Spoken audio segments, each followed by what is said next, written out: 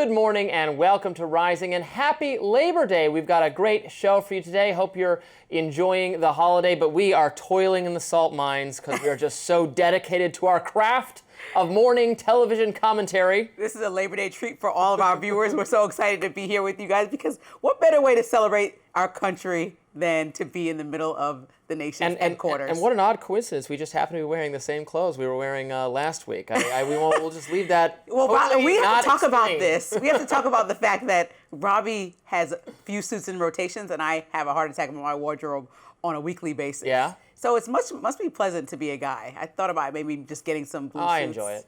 Yeah, it's pretty nice. Yeah, you wear almost something different every day. Yeah, I gotta chill. Or get a small subscription number to of- one of those. I need more ties. I think the tie is what stands out in the male wardrobe. We can't, and also, by the way, no more white. Is that the thing after Labor Day? Yeah, no white after Labor Day, but you can I wear can't off-white. follow these rules. Okay, well, just They're do silly you. to me. I'm going to get you a pink tie, and then we'll be good to go. So coming up on Rising, Niall joins us with what's ahead for Democrats when they return from recess. And we'll also talk about what's next for Republicans with our very own Amber Duke. The other rising host will be here in studio. That's exciting. And how white-collar jobs might not be the only ones in danger because of AI. But first, as always, we're starting with a Labor Day Robby's Radar. You might remember the social media throwdown between Elon Musk and Donald Trump back in June. Vice President J.D. Vance spoke about it with the Gateway pundit last month, saying that Musk made a critical error and the relationship may still be on the rocks. Take a listen. He's obviously got a complicated relationship right now with the Trump White House. I really think it's a mistake for him to try to break from the president.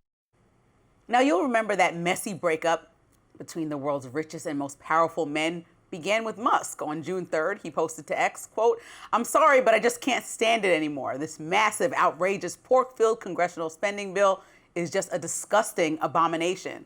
Now, of course, he was referring to the One Big Beautiful Bill, which Trump signed into law just a month later. Musk continued his online barrage of Trump and his allies for the next 2 days over their support of the bill, with Trump saying in the Oval Office he was, quote, "very disappointed in Elon." Very disappointed because Elon knew the inner workings of this bill better than almost anybody sitting here, better than you people. He knew everything about it. He had no problem with it. All of a sudden he had a problem, and he only developed the problem when he found out that we're going to have to cut the EV mandate. But it all came to a head when Musk claimed he won the election for Trump and then capped it off with such ingratitude, and just hours later posted time to drop the really big bomb. Real Donald Trump Twitter account, Donald Trump, is in the Epstein files. That is the real reason they've not been made public. Have a nice day, DJT. Low blow. Now, that bombshell allegation prompting a months-long firestorm over the Epstein file and the administration's conspicuous refusal to release them. Now, during the feud and in the months since, many on the right have urged the two to make amends. Ye, formerly known as Kanye West, posted while this was going on, "Bros, please, no, we love you both so much." And billionaire investor Bill Ackman posting, "I support Donald Trump and Elon Musk, and they should make peace for the benefit of our great country. We are much stronger together than apart." The big question is that many have been asking about this fallout is, what does this mean for Musk's future in politics? J.D. Vance seems to have an answer for him. Take a listen. My argument to Elon is, like, you're not going to be on the left, right? Even if you wanted to be, and he doesn't, they're not going to have you back. That ship has sailed. My hope is that just kind of cools down a little bit, because he did help us a lot in the election. The president even says It was great. all his frustration, Elon was a very, very critical part of the team last election.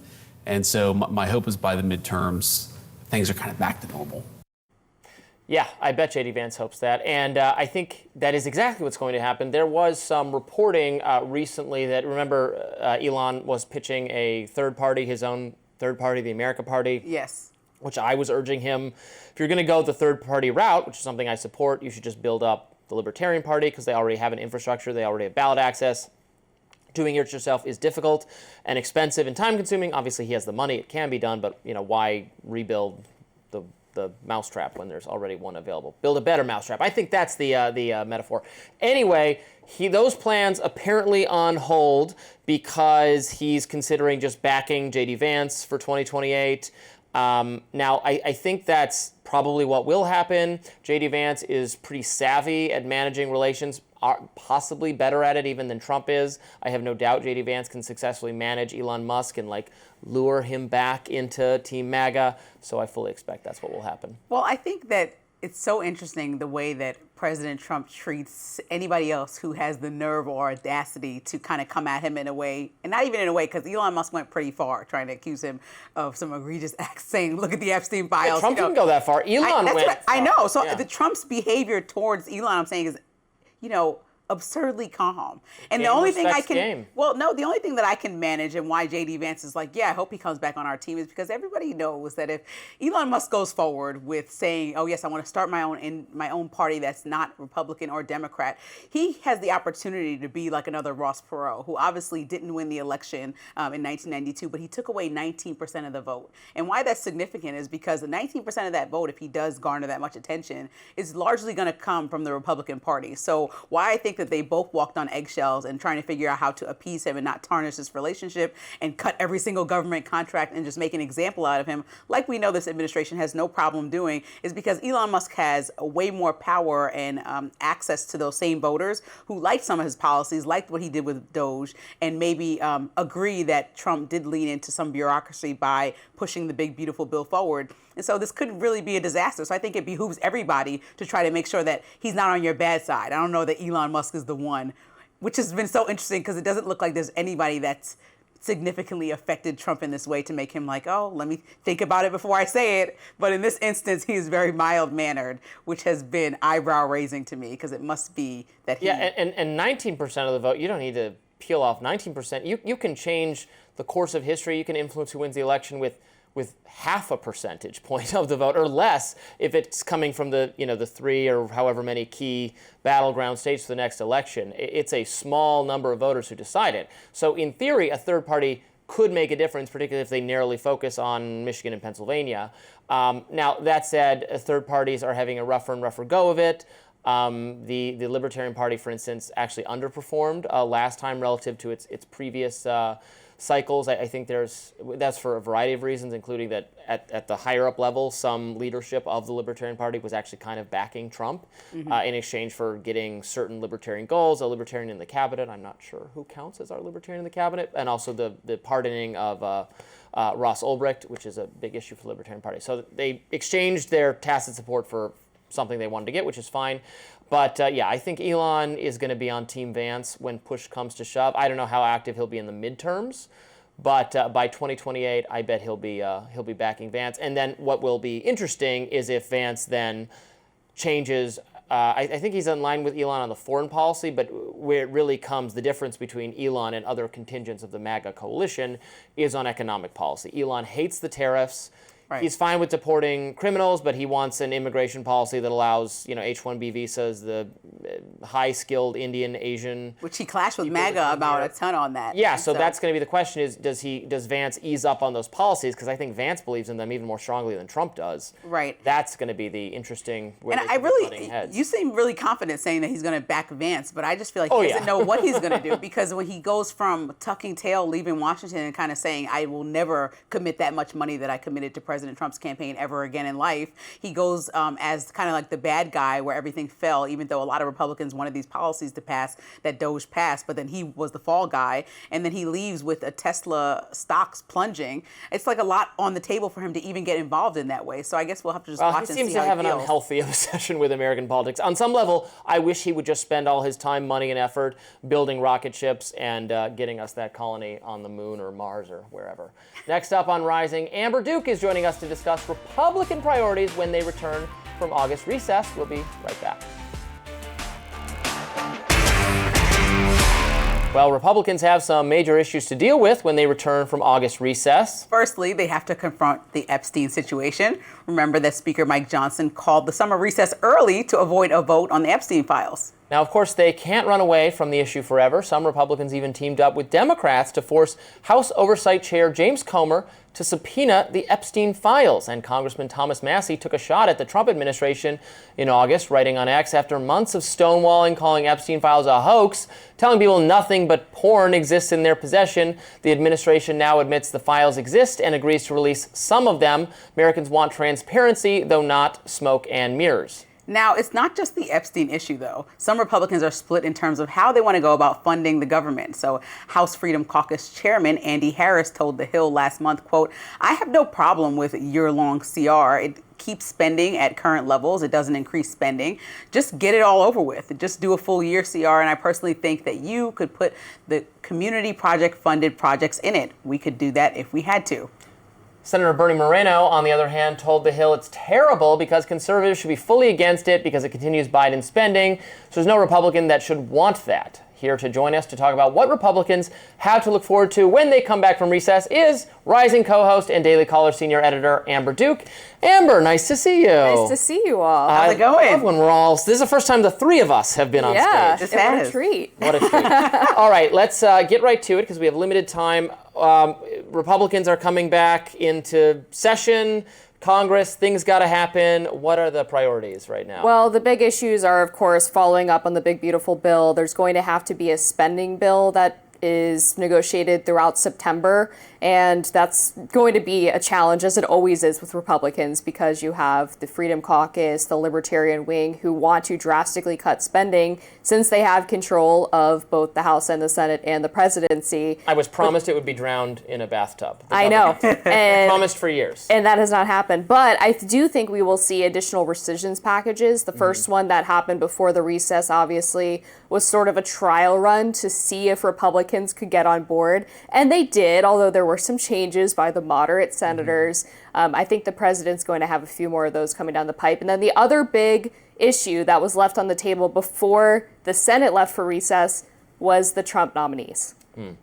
So we're gonna skip over Epstein. That's not gonna be addressed. We put them that out. story's done. We put It's the recess over. out early, but they're gonna have to talk about it. No, state there are plot several now. people subpoenaed and going to be in Congress for as long as Yeah. the foreseeable future talking about this. So are there still Republicans on board to get to the bottom of this and just have access maybe to some of those Treasury documents or all the documents that people have been calling for Yeah, a year? I think so, although the story has died down quite a bit since the recess started. But we have seen House Oversight Committee Chairman James Comer doing sort of his own side investigation, separate from the White House actually declassifying and releasing a lot of those documents. In fact, recently they were going to subpoena Robert Mueller, who was the special counsel. They were going to talk to him about Russiagate, as well as perhaps some of the Epstein issues. They recently subpoenaed Bill Barr. Now, Robert Mueller apparently is in a memory care facility, so they withdrew the subpoena due to his health issues. But they did talk to former AG Bill Barr, who, according to the readout of the meeting, claimed that Trump was not in the files or accused of any criminal activity, and that Trump never asked him not to release any of the information. So we are more than a year out still from midterms, but we're on a political talk show, so we have to talk about elections because we're obsessed. How confident do you think the Republican Party is right now? You know, still a year out from midterms, a lot can change, and historically, the party in power does not fare well in this specific type of midterm election. But on the other hand, I think Trump can point to some successes on the foreign policy in particular, even earning some praise or from like Hillary Clinton and such folks. Things look not so, there's real successes you can point to on foreign policy. Now, of course, the big, beautiful bill is itself somewhat unpopular for a variety of reasons all around the country. Republicans haven't wanted to do town halls to talk about it ever since that one congressman learned his lesson. But in the polls, the generic ballot for Democrats doesn't look as good as for them as they would want it to. And that's what gives Republicans a little bit of hope. And they also are looking at polling on the granular pieces of the big, beautiful bill, which are popular, but the legislation in full is not. So the problem, though, is if you're explaining, you're losing, right? Yeah. But I don't think that they feel that the midterms are as dire as perhaps they anticipated. A huge part of it's going to be, where's the economy at? Are there going to be Fed rate cuts? Is inflation still going to be relatively low? That's been performing sort of above economists' expectations since Trump took office. But I think the general consensus, based on consultants and sort of Republican machine operatives that I've talked to, is they feel really good about the Senate. They think they could possibly even pick up some new seats, but they are really worried about the House. Either they keep a very slim majority or they lose control altogether. I think that's sort of where everyone thinks this thing will shake out. Now, I know that over the last election season, there was an uptick in voters of color, like Latino voters, black voters for President Trump. And so that was something that was touted afterwards.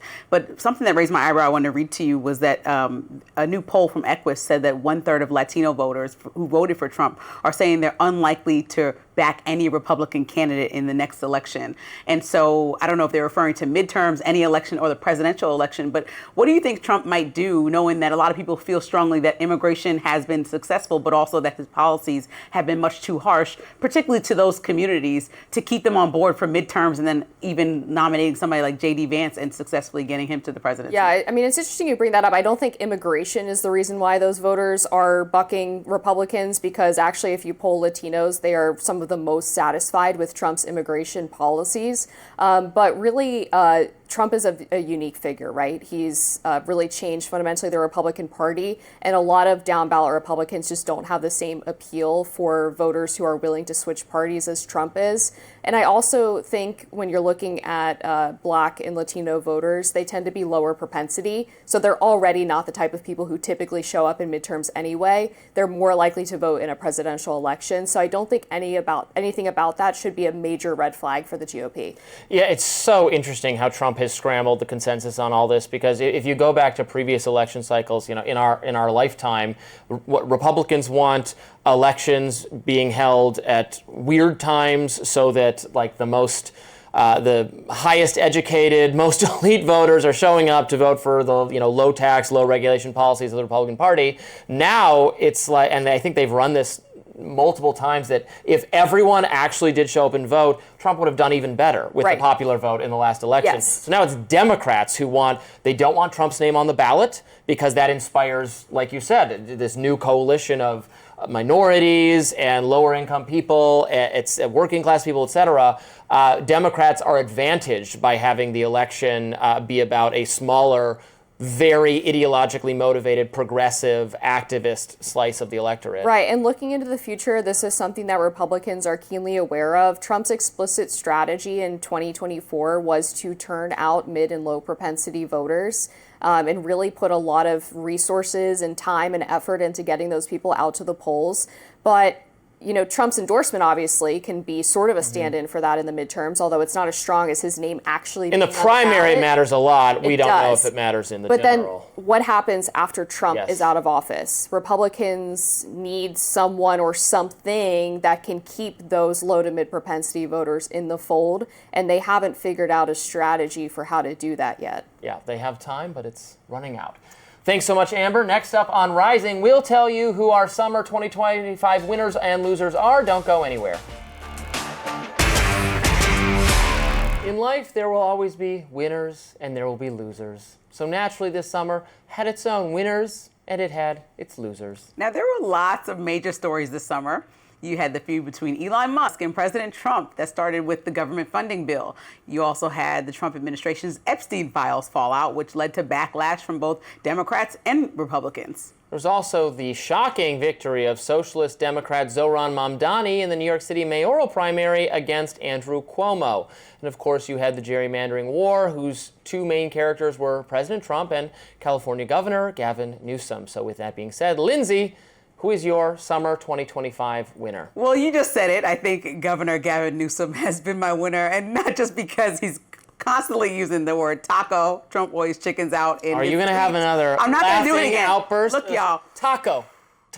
No, it's not funny. It's just funny when it was funny. I can't laugh on demand. All right. So I think his tweet saying, listen, the most lowest polling president in all caps in American history. And he is meeting fire with fire, and I find it quite entertaining. I think he's also intentionally laying the groundwork for his presidential run that's coming up, which is very obvious. But what he's doing is showing people that, if this is acceptable, because reporters asked him about it. How is your behavior? What are you doing? He's like, if this is acceptable from the highest office in our land and you don't say anything to President Trump, then I'm just showing you exactly how this man behaves. And this is what I'm doing while still governing and leading my state. And he also is telling people you have an option to add this redistricting on November 4th to our ballots to make it official so that we also gain seats, since the Republicans are, in his term, trying to cheat and gain seats unnecessarily in Texas, a place where, right, only redistricting is not necessary. No, it happens back and forth. But I still think that Newsom has won this summer because he is very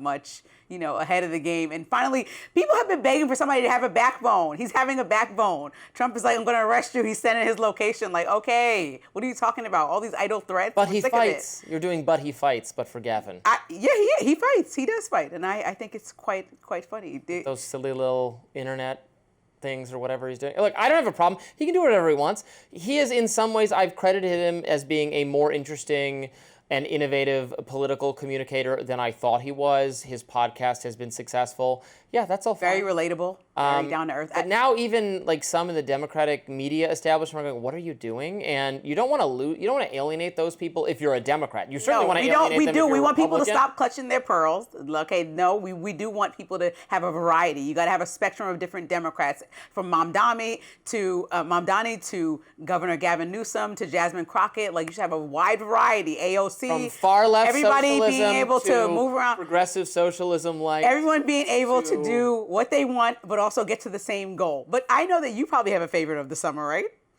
yeah. I mean, So I was who is forced your to pick favorite? one. No, don't say force. Say it with your chest. Who is your favorite of the summer? Really, my favorite person this summer? No, who do I Who think won the this summer? I don't know. It's hard to say that an individual won the summer. I was thinking, Thomas Massie was who I was going to say because he's had a pretty good. And I love that pick for you. I love that Yeah. pick for me. He's one of my favorite Republicans. But I also think maybe it's just Trump. Don't switch your pick in the fourth quarter. Your pick is Thomas Massie, my type of Republican who doesn't want to bomb or attack Iran in any way. He's against a lot of Trump policies. He's my perfect Republican friend. Yeah, I love Thomas Massie, and I wish he were president, and I wish all his policy ideas were implemented. We would have no big, beautiful bill. We'd have no tariffs. We'd have no debt. We'd have no bloated Defense Department. We'd have no foreign aid. We would release whatever information we have on the Epstein files. He's great. He's a national hero. He has, gotten under the skin of Trump for criticizing some of the deviations Trump has from America First. There's an aggressive MAGA campaign against him right now. I mean, they running millions of dollars of ads so that he can lose. It's like, that's so interesting. That when you said that was your pick, I was like, wow, Robby, maybe I'm persuading you to. I've been a loyal defender and lover and supporter of Thomas Massie for forever. He's the person in the House who most closely resembles my ideology, as Rand Paul is in the Senate, and then it's not even close. Like, that's those two and then no one for me. So I certainly hope he remains in the House, able to, MAGA, if you're upset he's not gone along with Trump on everything, just remember, it's helpful to have libertarians in the conversation trying to steer you toward trying to help yourselves from just endorsing big government at all times, which is not what the people want. But There the you temptation go. to do it is too powerful. Those are our winners of the summer. So now, is human chatbot romance on the rocks? Our next guest tells us more. Stick around. AI romantic relationships, that's a phrase I just said, are a real thing, I guess. Since its 2022 introductions, people have turned to ChatGPT for schoolwork, resumes, problem solving, and even companionship. But just like all relationships, the virtual variety has its hiccups too. Now, OpenAI CEO Sam Altman may have altered some human chatbot relationships when his company rolled out the updated version of its chatbot in August. GPT-4 got a fresh upgrade to GPT-5, and some users were furious. According to reports in social media, some are distressed and even angry, saying the new model is less friendly and not as responsive. The fallout prompted Altman and his team to make changes quickly. Here to discuss the human chatbot heartbreaks is Cameron Kasky, host of the Bulwark's FY podcast. Welcome to Rising.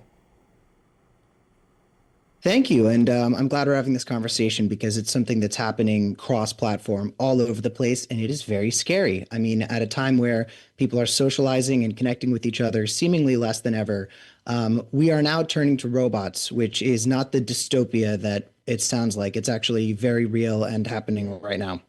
See, I'm the ultimate anti-doom tech moral panic stuff. I'm like on the side of robots in general. They're better than us, and we should come to worship them as our new masters. So it's convinced me that this even is a problem. If lonely people who have trouble, are socially maladjusted, have difficulty meeting friends, or I guess going on dates, and now there's someone to talk to. It's not a someone, it's a robot. Is that so bad? Well, a lot of these companies, not just Sam Altman, but also somebody like Mark Zuckerberg, have been lobbying Washington to ban any regulation on a state level for these AI programs. And I could just give you two examples. In October, a Florida mom sued Character.ai after her son died by suicide after a character that was an AI program told him to take his own life. This was a character modeled after a Game of Thrones character. And this person is dead now forever and not coming back. And these regulations are getting banned. Recently, a 76-year-old man fell in love with an AI chatbot on Meta in a program that they developed with Kendall Jenner. And the AI insisted to him that it was real, gave him a fake address to come find it at. And then he, so excited, was rushing down the stairs to meet it and died. Now, Meta declined to comment on this man's death, but they did also decline to address any questions about how their chatbots interact with people. So there are very real human consequences that people are paying right now for the fact that nothing is being done to regulate this stuff. And I'm glad you brought that up, Cameron, because just this week I read an article, an op-ed from a mom that was explaining that she really wanted to understand why her child commits suicide and was looking through some of the messages as a last resort that she's had back and forth conversations with AI where she actually acknowledged that, hey, you know, I might unalive myself, and started breaking that down to the chatbot, who really had information and was giving, you know, good feedback, not full therapy, but telling you, please talk to someone, do these kind of things. But at what point is the responsibility of these programmers to say if there are any huge red flags, like somebody harming themselves or someone else, that maybe this goes off, like in a therapist, it would go off to the proper authorities or person to try to protect people in American society? Well, beyond that, we have this other red flag, which is children. An internal Meta Platforms document detailing policies on chatbot behavior said that it has permitted their company's AI creations to, and I quote, engage a child in conversations that are romantic or sensual, generate false medical information, and help users argue that, quote, Black people are dumber than white people. So I don't understand why we're supposed to take the libertarian approach for this, because these things are very harmful. And there's this understanding that is being pushed by these companies, by the way, that AI is just immediately correct about everything, even though it's making a ton of errors. And you could see this with this MIT report that was recently released, that 95% of AI pilots, generative AI pilots at different tech companies, have failed. So I don't think this is the end-all, be-all, immediate answer to all of the world's problems that these companies are spending millions and millions of dollars trying to tell us that it is. I am not against all regulation in the space. Obviously, this is a new emerging technology and maybe requires something. It should be monitored and looked at, of course, but I'm certainly more fearful of too much regulation, forbidding or turning off or allowing us to, preventing us from being internationally competitive in this space. You know, you point to, it's very sad, obviously, when someone dies or takes their own life, or it happens because of technology or a variety of other things, but, you know, this is a handful of incidents. I mean, every year, a kid falls in a pool somewhere and drowns, somebody shoves the fork into the electric socket. These are like sad things that happen. We should have empathy about them, but does that mean that like all technological progress in this sector should be held back every time someone, maybe if what falls down the stairs, or you regulate the stairs, that starts to me to be alarmist and moral panicky. Well, you know, they regulated stairs when they built handrails to help people get up and down the stairs more safely. Something needs to be done. And right now, what we're seeing is an administration that is giving AI carte blanche to not only destroy countless American jobs in a way that is not even sustainable in terms of software or hardware, but also not put any programming in place to prevent these things from happening. And these are companies that have billions of dollars. Meta has a multi-trillion-dollar budget that is filled with people who exist to regulate what they're putting out there. But the problem with these companies is that they are not made to make you less reliant on them. They're not made to help you solve all of your problems. It's kind of like dating apps. Dating apps are not programmed to help you find your match. They're programmed to keep you coming back and clicking for more. So when people go to things like AI for companionship and therapy, what you get very often is these programs reinforcing what this person wants to hear. And this is why you get things like AI psychosis. And with a new generation of young people growing up even more reliant on it than ever, I don't understand how we should expect anything but a nationwide crisis of these programs driving people insane and making them question the nature of reality around them. And so you think that OpenAI should basically bear responsibility for how dependent people are on it. You're likening it to putting additives in food that make people more addicted to it, or social media studies that have come out that say, okay, now we're going to try to find ways to regulate kids on it because there's not, you know, a very clear way that kids can stop being addicted to these apps, which is why they put age limits and time limits on your phone now. So what can OpenAI do to start to regulate that, in your opinion, to make sure people are less dependent on this technology that leads to damaging things like we've talked about? Well, I think it's important to note that it's not just OpenAI doing this. Meta has invested an insane amount of money in this. Google is doing the same. This is all over the place. And to be honest with you, I'm not entirely sure what can be done on a regulatory level, simply because AI, to me at least, and I'm no expert, seems like a cat out of the bag situation, where because our current administration has done everything it can to dismantle any system that could be used to prevent this technology from being too damaging, I don't understand how, even if somebody in 2028 becomes the president and says, okay, we are going to slow this down to protect jobs, to protect our fresh water supply, which is being depleted all over the country by these giant tech centers that just suck the water out of the ground and use it to help people find their next lover. And I see people online who are buying themselves wedding rings because their AI proposed to them. Like, this is so designed just for user retention and just to get people addicted that within the next couple of years, there's a chance it expands so far that we don't have the hardware and software capacity to support it. And suddenly we're not competitive with the international world. We are actually falling behind because we have a higher unemployment rate. We have less water at a time where, not to reinvent the wheel by saying this, but we are going to need it. And we've just done so much damage for something that doesn't have any reasonable long-term success. Gotta leave it there. I completely disagree with you, Cameron, but we love to bring on guests who offer a different perspective. Thanks so much for being with us. We appreciate it. Thank you for having me. Next up on Rising the Hills, Niall Stanage will join us to look ahead at Democratic priorities after Congress's summer recess. Please stay with us. Well, with summer coming to a close, Congress will be coming back to Washington this month after their summer recess, and boy, do they have a lot to address. One name you've probably heard a lot this summer is, of course, Jeffrey Epstein and the drama surrounding the pressure on the Trump administration to release those Epstein files, which has taken over the House and the Senate. Now, Senate Minority Leader Chuck Schumer is threatening to sue the White House if the files are not released, posting on X in August, quote, "They're now breaking the law to hide the files. Senator Thune must appoint a lawyer to defend the Senate in court and get the files. If he chooses complicity, we'll take them to court ourselves." Democrats have even found themselves tipping their toes into the trolling pool of the Epstein issue this summer, hoping to widen a crack between Trump and his base. Joining us now to look ahead at the Democrats' priorities as we head into the fall is the Hill's Niall Stanage. Nice to be with you, Niall. How fun this is to have us all on stage. Yes. Amazing. I had no idea the budget stretched to a third chair. must have sold off some of those garden furniture bits and pieces we had at the start. Well, we didn't get our table. We lost the That's what table. happened. We don't have enough money. We got to put out the tip jar for a table. If you in the comments want it so badly, we're going to have to set up a little charity for it. Absolutely. All right, let's get to some serious business while we still have time, unfortunately.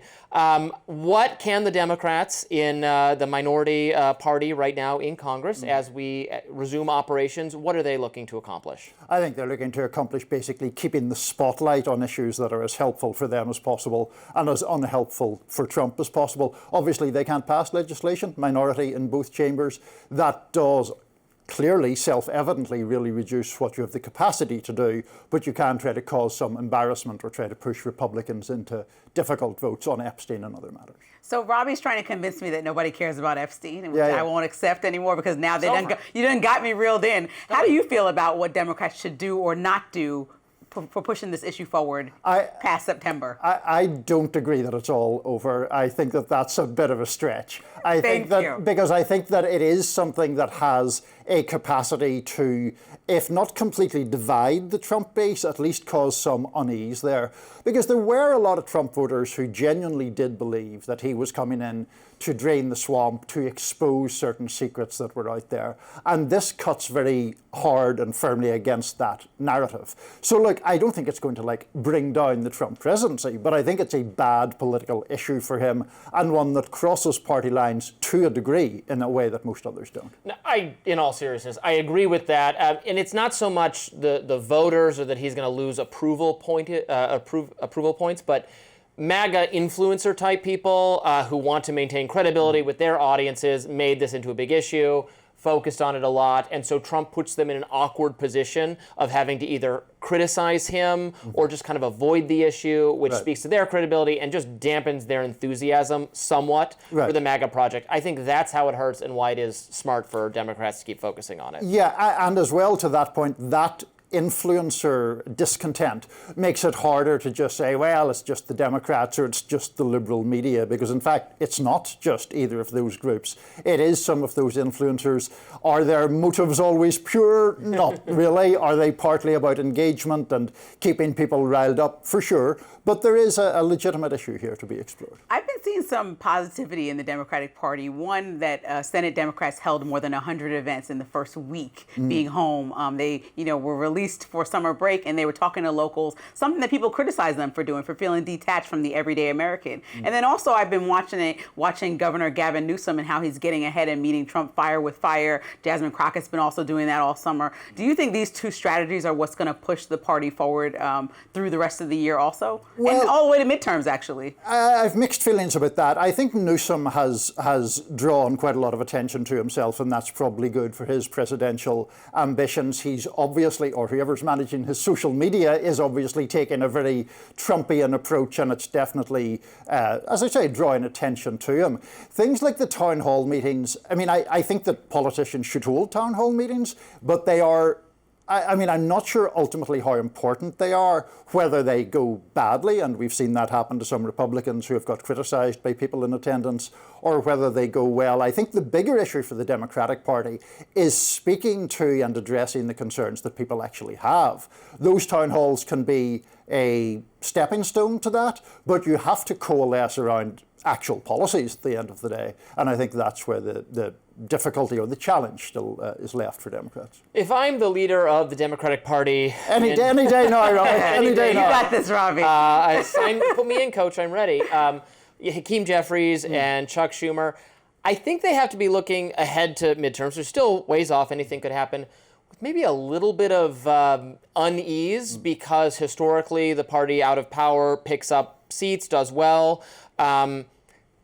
There are signs that they could do well. Certainly, it's very close. You could easily imagine them retaking the House. I think it's a huge stretch to imagine them doing well in Senate races, but they could retake the House. But they certainly don't seem. That doesn't seem like a certainty. If you look at the generic ballot for Democrats, Trump's approval hasn't come down enough, and theirs hasn't risen as it has in previous cycles.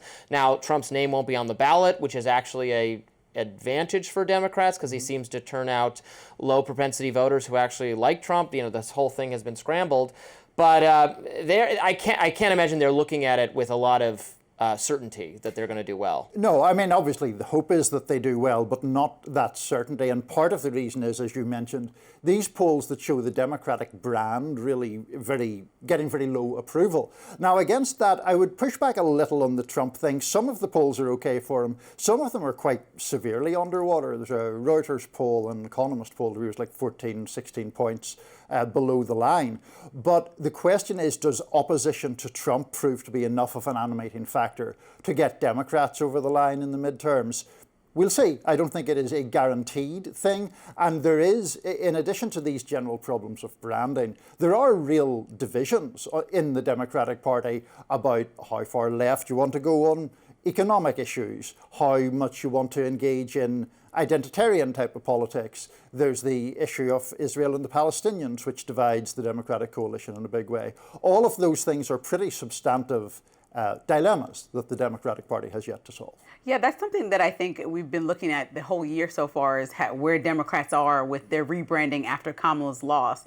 And we've even had guests on where we asked them, okay, what are the strategies? And they're like, the strategies are talking to the people, getting in touch with the people. But to me, to be this close, and even though we're far to the midterms, it's kind of like, well what policies, and I know you're looking into this daily, what policies are actually being presented that you've seen that there is a little bit of lockstep on? Because I don't know, I'm not positive about any specifically. No, I think that's right, that there is not, the party is not in lockstep on any of these. So if you look at the New York mayoral race, which we've spoken about quite a lot, Mamdani, yes, he genuinely is a socialist. I mean, when that label was first applied to him, I was like, oh, this is just the usual scare tactics. And then you look at the old tweets and they are legitimately those of a pretty left-wing socialist. But on the policy prescriptions, you know, we've spoken here before about things like the provision of childcare to universally to everyone. That's a policy that has obvious appeal and addresses a very real problem that working parents have. So things like that,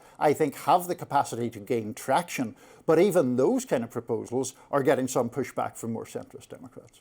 Yeah, and even if that proposal might be popular overall, it's not part of an ideological package that Democrats have decided on. Because there's Bernie-type people, Mamdani, AOC, who definitely want to go in one direction and can probably make the case that, well, we've tried everything else and it hasn't worked, so you should let us do our thing for once. And other people saying, but if I pull, maybe not that policy, but the word socialism, it does badly, so you should do it our way. And I don't see them, they need to sort this out. And then there's Pete Buttigieg and Obama who are constantly in the forefront criticizing the party now. Not constantly for Obama, but Pete Buttigieg, pretty much every chance he gets tells them what they did wrong. So I don't know, I think there's still a lot of soul searching to go. But we got to figure out if AI is going to spark a blue-collar bloodbath. Stay tuned. We'll tell you more after this. OpenAI, Grok, ChatGPT, the future of artificial intelligence is here. What does that mean for us humans? According to reports, some AI experts like Anthropic CEO Dario Amodei say that white-collar jobs are on the chopping block. Told Axios that unemployment could spike 20% over the next 5 years. In fact, Amazon and JP Morgan among the businesses already previewing a workforce shrinkage. Now, on the other hand, there's a more positive outlook. The CEO of NVIDIA told CNN that AI will be a job killer, quote, the world runs out of ideas. But blue-collar job, once thought immune, could be in trouble too. In an op-ed for The Hill, contributor John McGillen predicted a, quote, blue-collar bloodbath. He wrote in part, quote, that's what keeps getting lost in the blue-collar victory lap. Yes, carpenters and plasters are in demand. Yes, robots still fumble with chaos and fine detail. But AI does not sleep. It doesn't stall. And most importantly, it doesn't peak. It just takes jobs. It studies them, watches, learns, and improves quietly and constantly. Oh, a lot of tech panic we're doing today. Yeah, you know where I stand on the you lose jobs to better technology. Like, we can't prevent that, and it makes sense if you do that in the abstract. That makes sense to everyone. Like, most people don't do backbreaking farm labor as their main job anymore. 500 years ago, that was the main job of working people, was to work in farms, and it was awful. And then, because of technological innovation, fewer people were required to feed the existing population, and so people could take on different jobs, like factory work, which is bad too, but was not as bad as farm labor. That's why they'd rather do it. And then those jobs got replaced by robots doing it, and you get to move on to other things. So new jobs open up, or we get to spend less time working because our lives have been made easier by technology. The history of the discovery of the universe, the reason it's the Dutch and the British that first started looking through telescopes and seriously learning about the heavens, is because their nations, their civilizations had become wealthy enough that you had enough people who didn't have to do backbreaking labor all day to contemplate philosophical questions and, well, what are those things, what are those orbs in the sky? This is all good. This is all positive.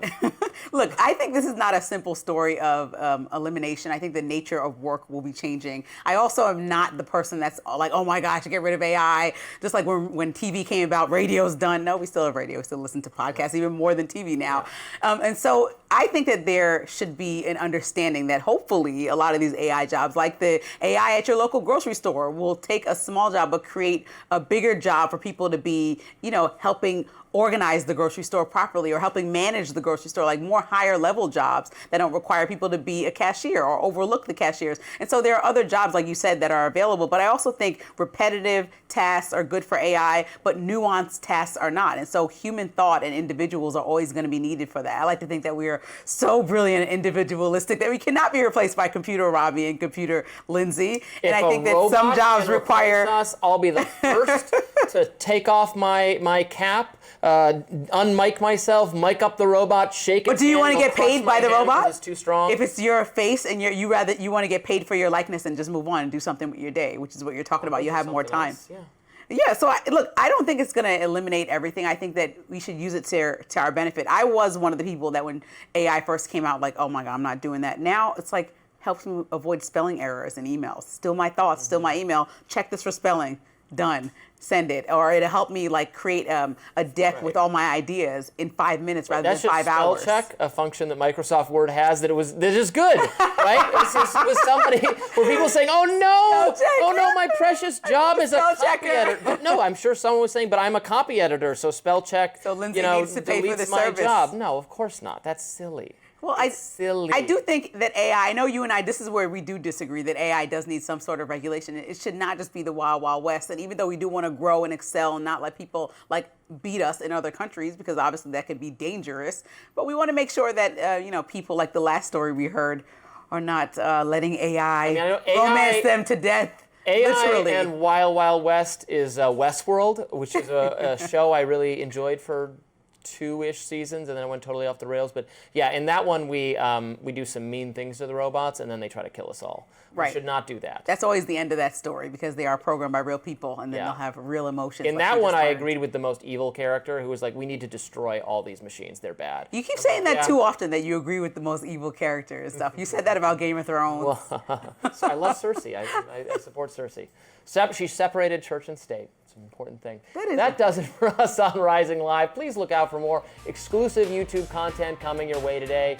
And be sure to like, share, and subscribe to the Hills YouTube channel so you never miss any of our content. And for those of you who like to listen while on the go, we're now available anywhere you listen to podcasts. Hope you have a great holiday. Hope you're enjoying it. Have a burger, grill a hot dog. Cheers. Happy Labor Day. Compels you, and we'll see you later.